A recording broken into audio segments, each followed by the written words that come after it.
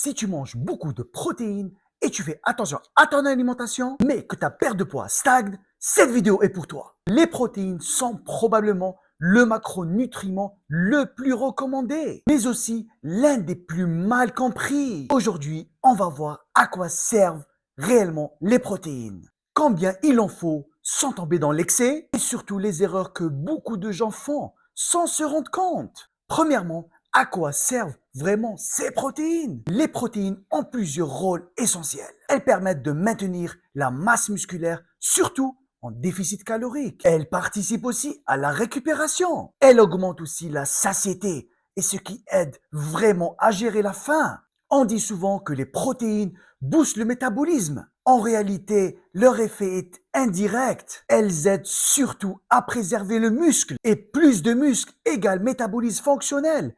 Pas magique. Les protéines ne font pas maigrir. Elles empêchent surtout de faire n'importe quoi pendant un déficit. Deuxièmement, les mythes les plus courants sur les protéines. Je vais te donner 4 mythes que j'entends toutes les semaines sur les protéines. Premier mythe, plus je mange de protéines et plus je perds du gras, ce qui est totalement faux. Si les calories sont trop élevées, les protéines n'y changent rien. Deuxième mythe, les protéines font maigrir, ce qui est totalement faux. Elles aident, mais elles ne remplacent pas un déficit calorique et une stratégie cohérente.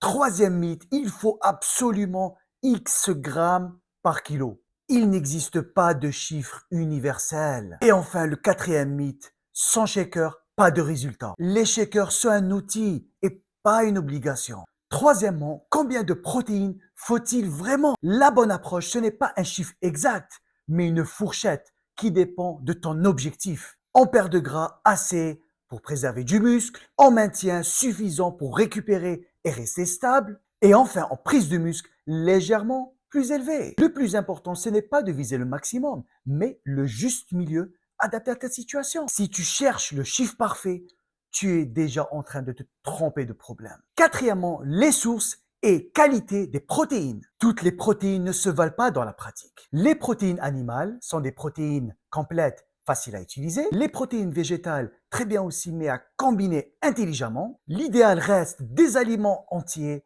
peu transformés, faciles à digérer. Les protéines en poudre peuvent aider quand on manque de temps ou quand l'alimentation ne suffit pas. Mais elles ne remplacent jamais une alimentation cohérente. La meilleure protéine, c'est celle que tu digères bien et que tu peux la manger régulièrement. Cinquièmement, les erreurs les plus fréquentes. Voici ce que je vois le plus souvent. Trop de protéines, calories trop élevées et stagnation. Pain assez, faim constante et fatigue. Tout manger sur un seul repas. Se focaliser uniquement sur les protéines et oublier les autres macros. Les protéines ne fonctionnent jamais seules. Si tu t'es reconnu dans au moins un de ces points, c'est pas un manque de motivation. C'est un problème de stratégie. Sixièmement, comment les intégrer intelligemment? Voici quelques principes simples. Répartir les protéines sur la journée. Les associer à des fibres telles que les légumes. Adapter selon entraînement, repos, niveau d'activité. Pas besoin de compliquer. La cohérence